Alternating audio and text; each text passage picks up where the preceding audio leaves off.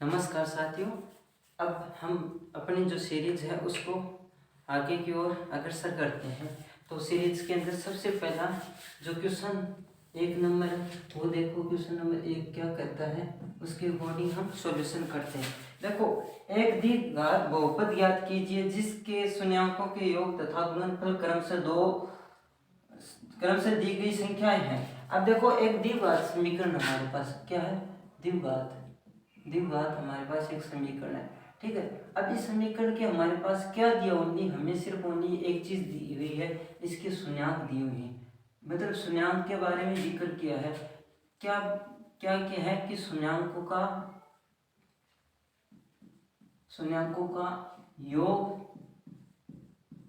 कितना, शून्याङ्कों का योग कितना है 1/4 तथा शून्याङ्कों का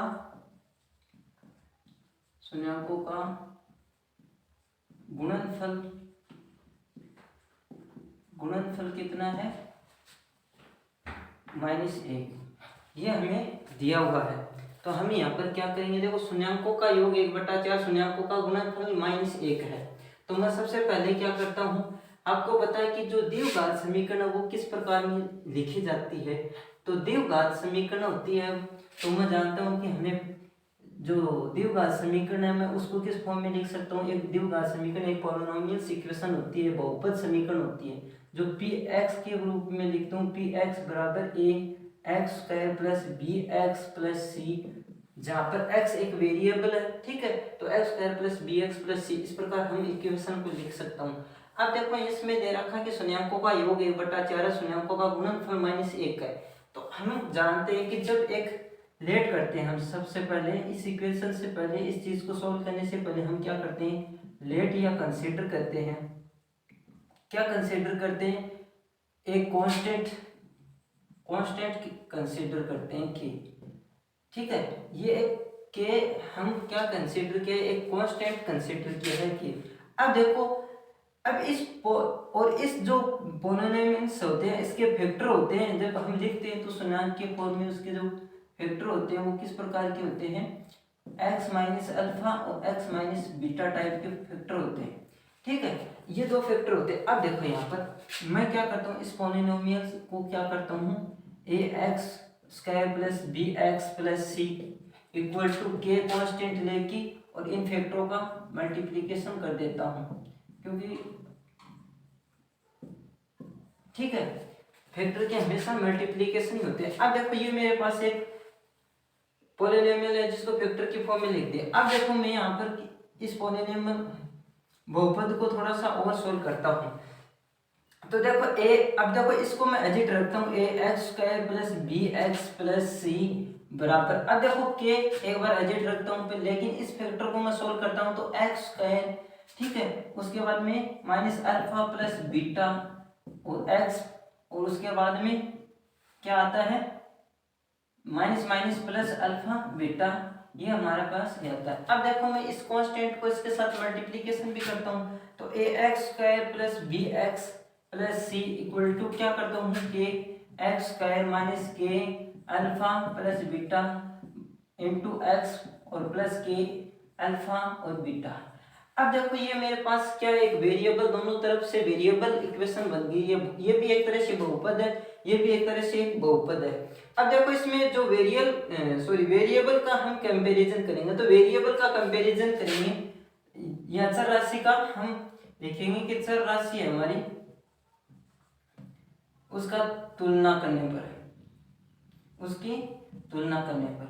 अब देखो, मैं तुलना करता हूं, तो आपको पता है इधर x² है और इधर x² है, तो मैं x² बराबर है, लेकिन इसका जो कांस्टेंट k है, इसका कांस्टेंट क्या है, a, तो जो a बराबर क्या k के बराबर हो जाएगा, फर्स्ट चॉइस तो ये हो जाएगी। इसी प्रकार हम x इसमें है और x इसमें है, तो मैं क्या करता हूँ, b हमारा b, ये तो वेरिएबल आ गई, ये कांस्टेंट राशि आ गई, तो इस b को मैं क्या करता हूँ, माइनस के और अल्फा प्लस बीटा के इक्वल लेके चलता हूँ। ठीक है, ये क्वेश्चन नंबर 2 आ गई। अब इसके बाद में मैं क्या करता हूँ ये तीसरा पद कांस्टेंट राशि, तो सी एकदम कांस्टेंट राशि है, ये भी एकदम कांस्टेंट राशि है, के डॉट अल्फा और बीटा, ये हमारा तीसरा पद आ गया। अब मैं क्या करता हूँ कि मेरे पास ये चीज आ गई एटमोस्ट। अब देखो शून्यकों का योग क्या दे रखा है, शून्यकों का योग दे रखा है 1/4।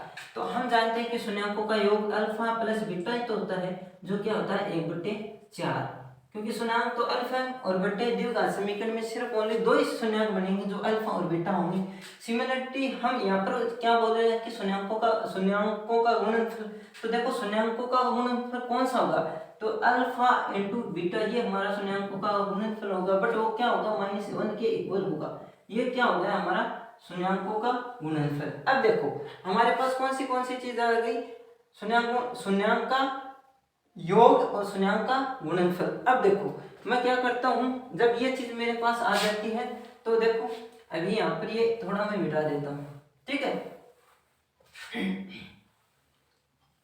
ठीक है, अब देखो मैं इधर देखो इस इक्वेशन में a बराबर k है, तो सर पहले तो मैं इस इक्वेशन को सेपरेट कर लेता हूँ। तो सेपरेट करता हूँ तो मैं क्या करता हूँ, इक्वेशन या ऐसे कर लो आप, यहाँ से देखो आपके पास अल्फा बीटा की पहले सी निकालो, सी निकालो तो सी निकालो, पहले सी निकालो, सपोज सी, इसमें मैं सिर्फ मेरे को अल्फा बीटा की वैल्यू रखनी है, तो सी बराबर के और -1, क्योंकि अल्फा और बीटा की वैल्यू ये, तो सी बराबर क्या हो गया -के। एक बात, उसके बाद मैं दूसरी बात करता हूँ कि ये जो दूसरी इक्वेशन है बी बराबर माइनस बी बराबर बी बराबर -के और अल्फा प्लस बीटा की वैल्यू क्या है 1/4, तो 1/4 अल्फा और बीटा की वैल्यू आ गई, तो बी बराबर क्या हो गया -के/4। ठीक है, अब देखो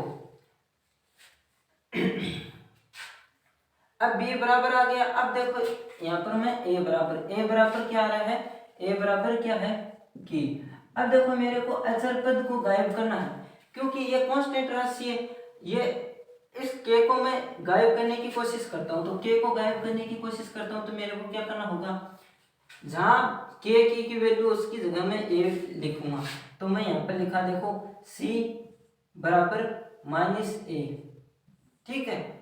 और यहाँ पर मैं क्या लिखा, c बराबर -a और b और -a/4, तो यहाँ पर b/a बराबर -1, ठीक है। अब देखो b/a-1 आता है, ठीक है। और इसको मैं 1 मिनट, और वैसे देखो सूत्र के अकॉर्डिंग क्या कहता है, अल्फा इंटू बीटा और अल्फा प्लस बीटा होता है -b/a और ये होता है c/a, ठीक है। तो मैं देखो अल्फा प्लस बीटा माइनस की टर्म आ रही है, b/a आ गया, तो अल्फा प्लस बीटा की वैल्यू, ठीक है, अल्फा प्लस बीटा की वैल्यू आपने कहाँ निकाली, अल्फा प्लस बीटा की, या इसमें रख के भी कर सकते हो, इस चीज में भी रख के कर सकते हो। जैसे मैं इसमें रखूंगा, 1 मिनट, सपोज करो कि अल्फा बीटा की वैल्यू क्या आ रही है -1 बराबर c/a, ठीक है। और इसी प्रकार मैं क्या करता हूँ, अल्फा प्लस बीटा की वैल्यू क्या आ रही है 1/4, जो किसके बराबर है 1/4, जो -b/a के बराबर है। अब देखो यहाँ पर इस चीजों को मैं मिटा देता हूँ।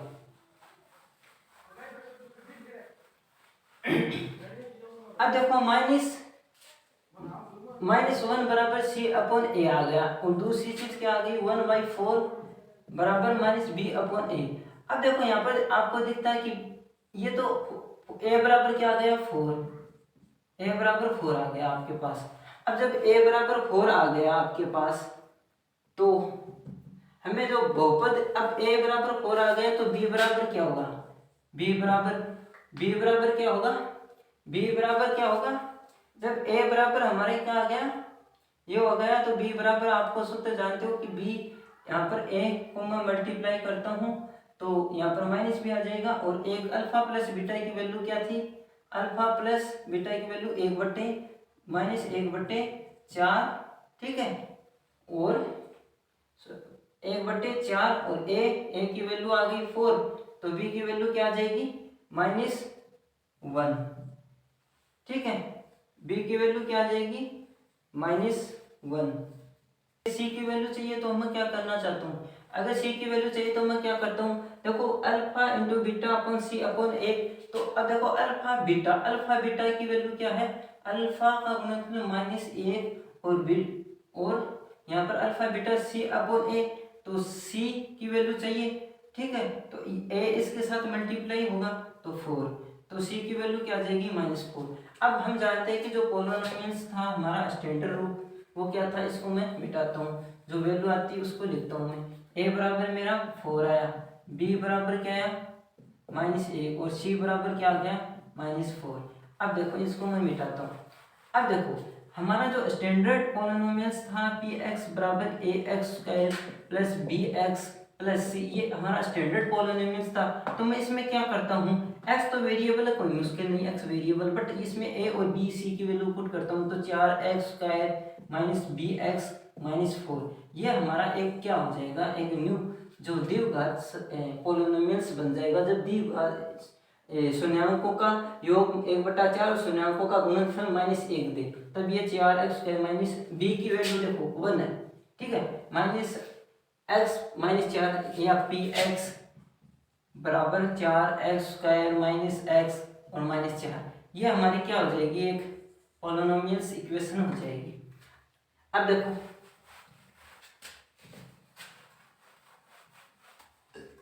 देखो क्वेश्चन नंबर 2 बोल रहा है।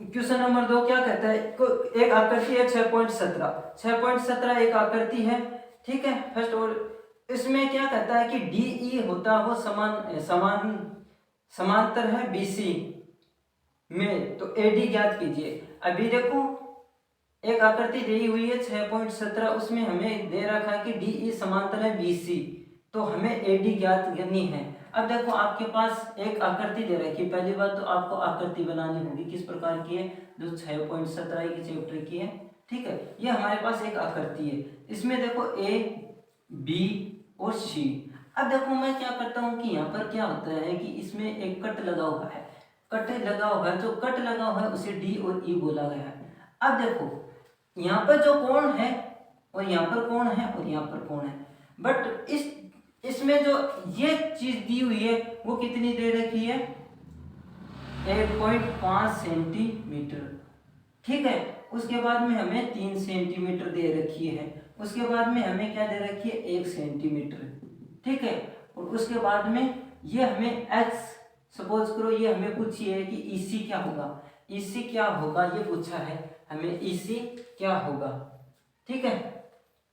EC हमारा क्या होगा ये पूछा है, तो मैं क्या करता हूँ कि जब EC पूछता है तो पहले बात देखो हमें इस चीज के अंदर त्रिभुज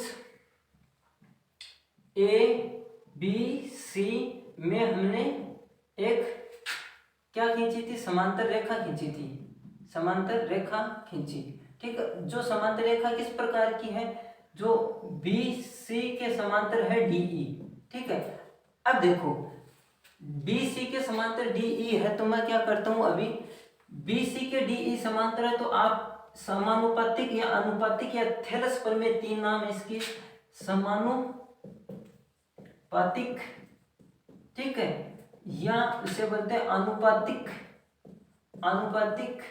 या इसका नाम है थेलस, ठीक है। ये 3 पर में इसका नाम है, ये एक पर में है, ठीक है। जब BC समानुपाती D है, ए देखो ये इसका समरूप त्रिभुज है, ये ADE और ABC का समरूप त्रिभुज है, ठीक है। इसलिए इसमें कौन सा, या तो समानुपातिक अनुपातिक रूल लगाओ या थेलस प्रमेय लगाओ।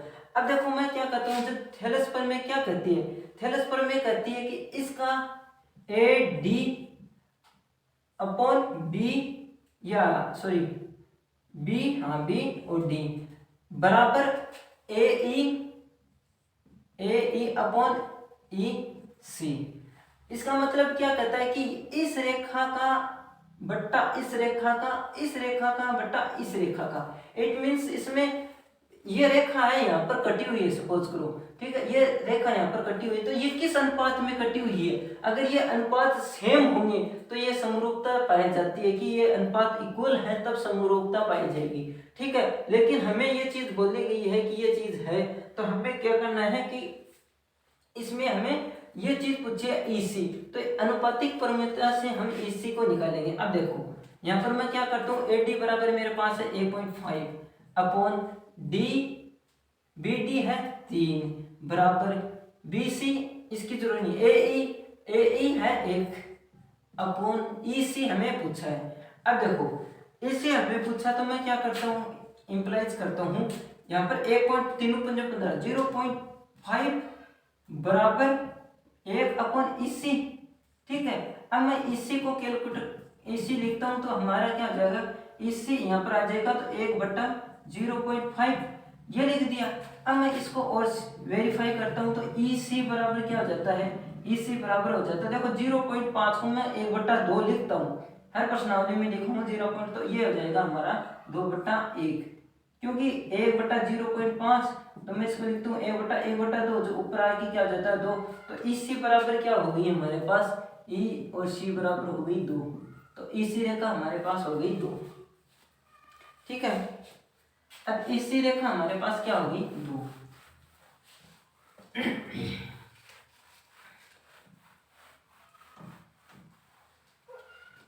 उसके बाद तीसरा क्वेश्चन हमें पूछा है, क्या पूछा है तीसरा क्वेश्चन में कि एक त्रिभुज दिया हुआ है एबीसी जिसका कोण बी समकोण है, तो ए बी 24 सेंटीमीटर और बी सी 7 सेंटीमीटर है, तो निम्नलिखित में से मान निकाले, साइन ए और कोस ए का मान निकालना है, ठीक है। तो सबसे पहले हमें कौन सा एंगल दिया है, समकोण त्रिभुज दिया है, देखो ये त्रिभुज दिया है, ठीक है, जिसके ऊपर बी के ऊपर क्या है, समकोण है, और ए और बी और इसे सी मान लेता हूं मैं। बट इसमें क्या कहा गया है कि ए बी कितना है 24, ए बी है 24, तो ए बी 24 और ए बी 24 बी सी 7। अब देखो आपको यहाँ पर दिख रहा है कि ये आपकी 90 डिग्री है, तो ये क्या कितने कौन क्या बनेगा, ये कर्ण सबसे बड़ी भुजा बनेगी, और ये बेस और ये आधार, सॉरी लंब, ठीक है, ये लंब बन गया।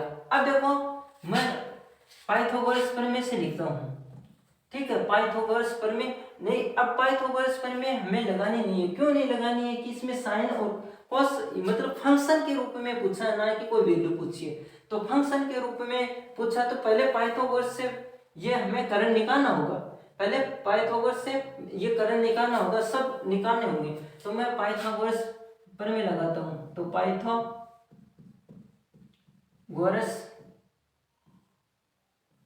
प्रमेय, पाइथागोरस प्रमेय से क्या कहता है, पाइथागोरस प्रमेय कहता है कि कर्ण का स्क्वायर बराबर क्या होता है, आधार का स्क्वायर प्लस लंब का स्क्वायर, ठीक है। अब देखो कर्ण का स्क्वायर, इसका मतलब कोडिंग का भी यूज करूंगा साथ, एसी का स्क्वायर, उसके बाद में क्या करता हूँ, आधार है बीसी का स्क्वायर, उसके बाद में एबी का स्क्वायर, ये होता है, ठीक है। अब देखो मैं यहाँ पर इंप्लाइज, ठीक है। अब देखो एसी कितना है, अज्ञात है, एसी में अज्ञात है, तो इस प्रकार लिख देता हूँ। बीसी कितना है, बीसी 7 का स्क्वायर प्लस 24 का स्क्वायर, ठीक है। अब देखो एसी का स्क्वायर निकालूंगा तो मैं क्या होगा, 7 7 49 प्लस 24 का देखो 24 4 चौक 16 4 दूनी 8 8 24 चौका 96 24 दूनी 48, ठीक है, 4 दूनी 8 2 दूनी 4 6 8 8 16 17 और 4 1 5 576। अब मैं 576 में 49 ऐड करता हूँ तो 5, ठीक है, क्योंकि नोट 6 15 7 8 9 10 11 12 और 5 1 6 625। ए सी का स्क्वायर बराबर क्या है 625, इट मीन्स ए सी बराबर क्या हो जाएगा, इसके ऊपर 625 पर रूट लग जाएगा, तो ए सी बराबर क्या हो जाएगा हमारे पास 25 25 25 625। अब देखो AC मेरे पास आ गया, तो AC कितना आया मेरे पास 25, ठीक है। अब देखो हमें कौन सा फंक्शन पूछ रखा है, इसे हम फंक्शन बोलते हैं, ठीक है। एक तो पूछ रहा है साइन ए और कोस ए, एक तो साइन ए एक कोस ए पूछ रखा है, तो देखो साइन ए कोस ए कैसे निकालेंगे हम, ये पूछ रखा है हमें, साइन ए कोस ए निकालो। तो आपको पता है कि आप यहाँ पर लाल बट्टे कक्का में चले जाओ, ठीक है। ये होता साइन, ये होता कोस, ये होता टेन। अब देखो साइन को मैं क्या लिखता हूँ, साइन को लिखता हूँ मैं साइन को लिखता हूँ मैं साइन ए को लिखता हूँ लंब बट्टे कर्ण, ठीक है। अब देखो साइन ए को लंब बट्टे कर्ण, इसकी कोडिंग भी लिखूंगा तो मैं क्या आ जाएगा, मेरा लंब होता है ए बी और यहाँ पर कर्ण होता है ए सी। अब देखो यहाँ पर तो मैं साइन ए को क्या लिखूंगा, ए बी अपॉन ए सी, ठीक है। अब हमारे पास साइन ए क्या हो जाएगा, साइन ए हो जाएगा ए बी कितना हमारे पास, ए बी 24 और बट्टे कर्ण ए सी 25, ये इसका साइन ए बन जाएगा। अब देखो इसका कोस ए पूछे, sine 60 degree cos 30 degree plus sine 30 degree into cos 60 degree. क्या बोल रहा है, पहला साइन बोल रहा है कि साइन 60 डिग्री और उसके बाद में कोस 30 डिग्री और प्लस उसके बाद में, अब देखो साइन को 30 बना देता है, साइन 30 डिग्री और कोस को 60 डिग्री बना देता है। अब आपको पता है कि साइन 60 डिग्री का मान क्या होता है, ये आपको एक क्वेश्चन पूछा है। अब देखो साइन 60 डिग्री का मान कितना होता है, साइन 60 डिग्री का होता है √3/2, ठीक है। साइन 3/2 और कोस 30 डिग्री का भी क्या होता है √3/2 प्लस साइन 30 डिग्री का, तो 30 डिग्री का 1/2 quarter plus into 1/2 half half half half half बल्कि क्वार्टर बनता है, ठीक है। अब देखो मैं यहाँ पर क्या करता हूँ, 3 तो √3 इंटू √3 और इसको मैं लिखता हूँ 4 प्लस ये हाफ हाफ क्या हो जाता है क्वार्टर, तो 1/2 2 का 4, ये मेरा बन गया क्वार्टर। अब देखो क्वार्टर बन गया तो मैं क्या करूँगा, ये भी क्वार्टर बट इसमें क्या होता है 3/4 है और प्लस 1/4 है। अब मैं क्या करता हूँ कि 3 एलसीएम लिया तो 4 कोमल और 4 ऊपर हो जाएगा, 3 + 1 4 तो 1, तो इसमें जो इसकी वैल्यू क्या आएगी 1 आएगी, इसका जो आंसर आएगा वो 1 आएगा, ठीक है। उसके बाद मैं क्या करता हूँ, नेक्स्ट क्वेश्चन लगाता हूँ। अभी नेक्स्ट क्वेश्चन क्या कहता है कि दो वृत्तों की त्रिज्या क्रमशः 8 सेमी और 6 सेमी है, उस वृत्त की त्रिज्या ज्ञात कीजिए जिसका क्षेत्रफल इन दोनों वृत्तों के क्षेत्रफल के योग के बराबर है। अब देखो क्षेत्र दो वृत्त दिए हुए हैं हमें, ठीक है। तो सपोज करो पहली बात तो एक दो वृत्त दिए हुए हैं, दो वृत्त हमेशा संभव कब होते हैं, उसका जो सेंटर्ड पॉइंट होता है ओ, उसके ऊपर ही वो दो वृत्त बनते हैं, ठीक है। सेकेंडरी वृत्त होते हैं उसे सेकेंडरी वृत्त होते हैं, इसी प्रकार का फिगर बनता है। अब सेकेंडरी वृत्त की क्या होती है, त्रिज्या 1 ही मानते हैं। सेकेंडरी वृत्त होते हैं उसकी त्रिज्या क्या है 1 है। अब इसमें क्या कहा गया है कि दो वृत्तों की त्रिज्या क्रमशः 8 सेमी। अब देखो 8 सेमी और 6 सेमी, तो 8 सेमी 6 सेमी, तो हमें देखो त्रिज्या 2 दे रखी है, एक तो दे रखी है आर बराबर, ऐसे मत मानो त्रिज्या 2 दे रखी है, त्रिज्या एक तो दे रखी है हमारे पास 6 और एक त्रिज्या दे रखी है हमारे पास 8। तो मैं जो R1 को तो बोलूंगा 6, जो फर्स्ट में आती है छोटी और R2 बड़ी है तो इसको मैं मान लूंगा 8। इन दो त्रिज्याओं को यूज करूंगा। अब देखो क्या कहता है, वृत्त की त्रिज्या ज्ञात कीजिए। वृत्त की ही त्रिज्या ज्ञात करनी है कब, जब जिसका क्षेत्रफल इन दोनों वृत्तों के क्षेत्रफल के योग के बराबर है। अब देखो इनका जो ये नया फिगर होगा तो हम क्या करता हूँ कि न्यू फिगर का जो होता है एरिया, न्यू फिगर का जो एरिया है वो किसके बराबर होगा, एक तो R1 त्रिज्या, R1 रेडियस, ठीक, R1 त्रिज्या या R1 त्रिज्या वाला फिगर का वृत्त का, यहाँ पर अच्छे से मिलेगा। अभी देखो न्यू फिगर बन रहा है मेरा, न्यू फिगर बन रहा है। न्यू फिगर हमारा किसके बराबर होता है, न्यू फिगर तो ये बना, लेकिन इसमें दो यूज हुए, एक बड़ा यूज हुआ, तो एक तो R1 त्रिज्या या रेडियस वाला वृत्त का क्षेत्रफल, ठीक है।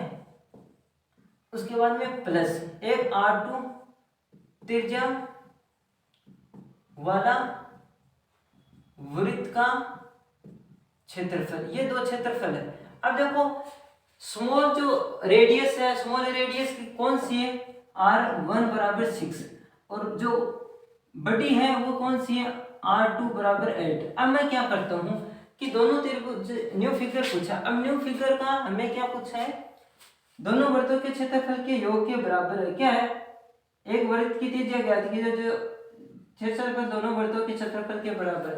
अब देखो न्यू फिगर का जो क्षेत्रफल है ना, ठीक है, न्यू वृत्त का क्षेत्रफल, अब न्यू वृत्त का क्षेत्रफल क्या होता है, जैसे इसे मैं मानता हूं पाई आर स्क्वायर, ठीक है, पाई आर स्क्वायर, या इसे न्यू फिगर का क्षेत्रफल ही लेके चलेंगे, ठीक है। अब R1 त्रिज्या वाले का क्या होता है, पाई R1 का स्क्वायर प्लस पाई R2 का स्क्वायर, ठीक है। अब देखो पाई को मैं लेता हूं R1 का स्क्वायर प्लस R2 का स्क्वायर। अब देखो ये क्षेत्रफल बन गया R1 प्लस R2, तो न्यू फिगर का क्षेत्रफल, न्यू फिगर का जो क्षेत्रफल है या एरिया वो कितना बना, नया जो वृत्त है उसका क्षेत्रफल, तो पाई R छंग R का स्क्वायर, सॉरी 6 का स्क्वायर प्लस 8 का स्क्वायर, ठीक है, ये यहाँ पर स्क्वायर नहीं आएगा, यहाँ पर स्क्वायर, ठीक है, पाई। अब देखो छंग 36 प्लस 88 64, अब देखो पाई बराबर 6 4 10, 6 4 10 100, तो R बराबर, तो न्यू जो हमारा फिगर था उसका क्या न्यू फिगर है, ठीक है, उसका क्षेत्रफल कितना आ गया हमारे पास, पाई, एरिया कितना आ गया हमारे पास, ये आ गया पाई इंटू 100, या इसे बोलते हैं 100 पाई, या बोलेंगे 100 पाई। अब देखो हमें क्या पूछा है, उसके बाद में हमें क्या पूछा है, ये चीज इंपॉर्टेंट है, इस फिगर को थोड़ा सा मैं मिटाता हूँ, मतलब ये फिगर थोड़ा सा छोटा बना देता हूँ यहाँ पर, ठीक है। अब देखो हमें क्या पूछा है कि न्यू फिगर का एरिया हमारे पास आ गया, तो न्यू फिगर की रेडियस पूछिए, तो हम जानते हैं कि जो चीज दे रखी है, अभी एरिया दे रखा है, एरिया जैसे न्यू फिगर का एरिया कितना दे रखा है, एरिया हमें दे रखा है, वो दे रखा है 100 पाई, तो आप 100 पाई दे रखा है, तो मैं क्या करूंगा यहाँ पर, अब आप जो चीज दे रखी उसी का सूत्र लगाऊंगा, तो पाई आर स्क्वायर, ठीक है, न्यू फिगर हो गया, तो आर कैपिटल लिख देता हूँ इसको मैं, आर इससे भी बड़ा, ये यहां से लेके यहां तक क्या आता है, बड़ा, ठीक है। इसकी रेडियस निकालनी है हमें, तो पाई आर स्क्वायर बराबर क्या आता है 100 पाई। अब पाई से पाई कट गया, तो आर स्क्वायर बराबर 100, तो आर बराबर क्या हो जाता है 100 का अंडरूट, तो आर बराबर क्या हो जाता है 10। तो इस जो वृत्त की जो न्यू जो रेडियस होगी वो कितनी हो जाएगी, आर बराबर 10, ठीक है।